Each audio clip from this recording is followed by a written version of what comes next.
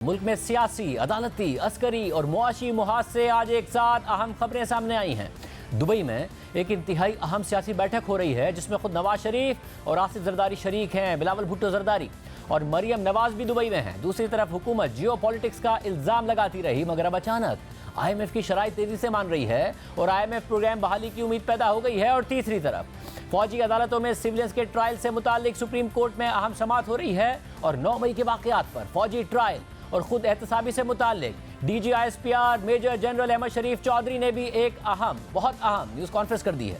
کئی اہم سوالوں کے جوابات دیے ہیں۔ D G I S P R نے 9 مئی کے واقعات میں اہم فوجی تنصیبات کی حفاظت میں ناکامی پر فوجی افسران کے خلاف کارروائی کی تفصیلات بتائیں اور کہا کہ لیفٹیننٹ جنرل سمیت 3 افسران کو نوکری سے نکال دیا گیا ہے۔ 3 میجر جنرلز اور 7 بریگیڈیئر سمیت 15 افسران کے خلاف تعدیبی کارروائی کر لی گئی ہے۔ 9 مئی کو متعدد گیرزنز میں جو پرتشدد واقعات ہوئے اس پر 2 ادارہ جاتی جامع انکوائریز کی گئیں جن کی صدارت میجر جنرلز کے عہدے کے افسران نے کی۔ ان کورٹ آف انکوائریز کی سفارشات کو مد نظر رکھتے ہوئے یہ فیصلہ کیا گیا کہ جو متعلقہ ذمہ داران گیرزنز، فوجی تنصیبات، جی ایچ کیو اور جناح ہاؤس کی سیکیورٹی اور تقدس کو برقرار رکھنے میں ناکام ہوئے، ان ذمہ داران کے خلاف تعدیبی کارروائی عمل میں لائی گئی ہیں۔ 3 افسران باشمول ایک لیفٹیننٹ جنرل کے عہدے کے افسر کو نوکری سے برخاست کر دیا گیا ہے۔ 15 افسران باشمول 3 میجر جنرل اور 7 بریگیڈیئرز کے عہدے کے افسران کے خلاف سخت تعدیبی کارروائی مکمل کی جا چکی ہے۔ میں یہ بھی بتاتا چلوں کہ فوج کے احتسابی عمل میں کسی عہدے یا معاشرتی حیثیت میں کوئی ڈسٹنکشن نہیں رکھی جاتی۔ اس وقت ایک ریٹائرڈ 4 سٹار جنرل کی نواسی، ایک ریٹائرڈ 4 سٹار جنرل کا داماد، ایک ریٹائرڈ 3 سٹار جنرل کی بیگم اور ایک ریٹائرڈ 2 سٹار جنرل کی بیگم اور داماد اس احتسابی عمل سے ناقابل تردید شواہد کی بنیاد پر گزر رہے ہیں۔ اس کے علاوہ سابق وزیر اعظم عمران خان کی جانب سے مسلسل یہ الزام لگایا جا رہا تھا کہ 9 مئی کے واقعات میں خود ایجنسیاں ملوث ہیں۔ D G I S P R نے اس الزام کا جواب دیا اور کہا کہ اس سے زیادہ شرمناک بات نہیں کہی جا سکتی۔ بدقسمتی یہ ہے کہ خاص سیاسی جماعت کی قیادت کے پاس پروپیگنڈے کے علاوہ اور کوئی ہتھیار نہیں ہے۔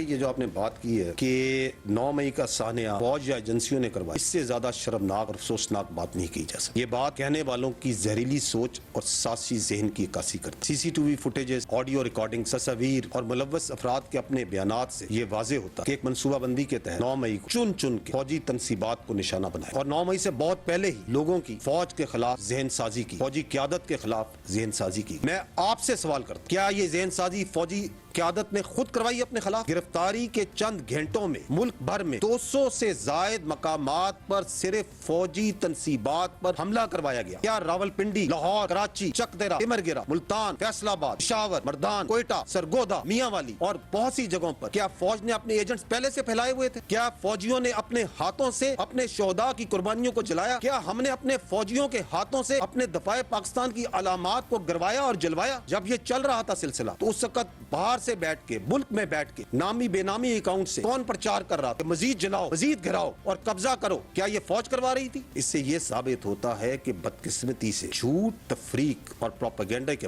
علاوہ ایک خاص سیاسی گروہ اور اس کی قیادت کے خلاف کے پاس کوئی اور ہتھیار نہیں رہے گا۔ یہ بدقسمتی ہے اس وقت۔ اس کے علاوہ D G I S P R نے کہا کہ 9 مئی کے ماسٹر مائنڈ وہی ہیں جنہوں نے لوگوں کی اپنی ہی فوج کے خلاف ذہن سازی کی۔ ان منصوبہ سازوں کو بے نقاب کرنا اور انہیں کیفر کردار تک پہنچانا ضروری ہے۔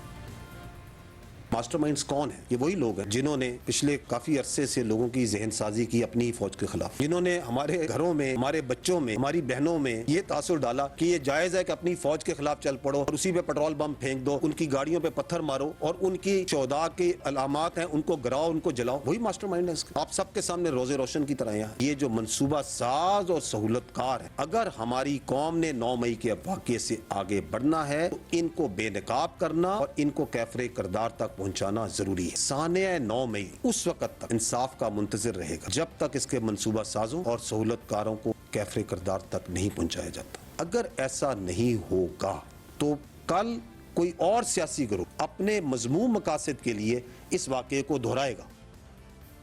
اس کے علاوہ عمران خان مسلسل آرمی چیف سے رابطوں کی خواہش ظاہر کر رہے ہیں اور یہ شکوہ کر رہے ہیں کہ فوجی قیادت کی طرف سے ان کے پیغامات کا جواب نہیں دیا جا رہا ہے۔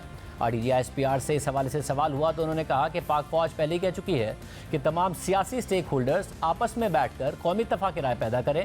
فوج ایسے عمل کو سپورٹ کرتی رہے گی. ہمارے لیے تمام حقیقی سیاسی جماعتیں قابل احترام ہیں. چیئرمین مسلسل اس بات پر بضد ہیں کہ وہ صرف اسٹیبلشمنٹ سے مذاکرات کریں گے. کیا اسٹیبلشمنٹ بھی لچک دکھائے گی؟ کیا مذاکرات کے لیے تیار ہوگی؟ 9 مئی کے بعد 15 مئی کو اسپیشل کور کمانڈرز کانفرنس ہوئی. اس کے اعلامیے کو بغور پڑھیں تو اس میں یہ کہا گیا ہے کہ پاک فوج یہ چاہتی ہے کہ تمام سٹیک ہولڈرز، سیاسی سٹیک ہولڈرز آپس میں بیٹھ کر قومی اتفاق رائے پیدا کریں. اسی اعلامیے میں یہ بھی کہا گیا کہ پاک فوج ہر ایسے عمل کو سپورٹ کرتی ہے اور کرتی رہے گی. ہمارے لیے تمام حقیقی سیاسی جماعتیں قابل احترام ہیں، مقدم ہیں اور بلا تفریق ہیں. سپریم کورٹ میں سولینس کے ملٹری ٹرائل کے حوالے سے درخواستیں زیر سماعت ہیں. اس حوالے سے BDGISPR سے سوال ہوا تو انہوں نے کہا کہ یہ معاملہ زیر سماعت ہے. ملک میں 17 ملٹری کورٹس کام کر رہی ہیں. یہ 9 مئی سے پہلے بھی فعال تھیں اور ان کورٹس میں 102 شرپسندوں کے کیسز سول کورٹس نے شواہد کی بنیاد پر منتقل کیے ہیں.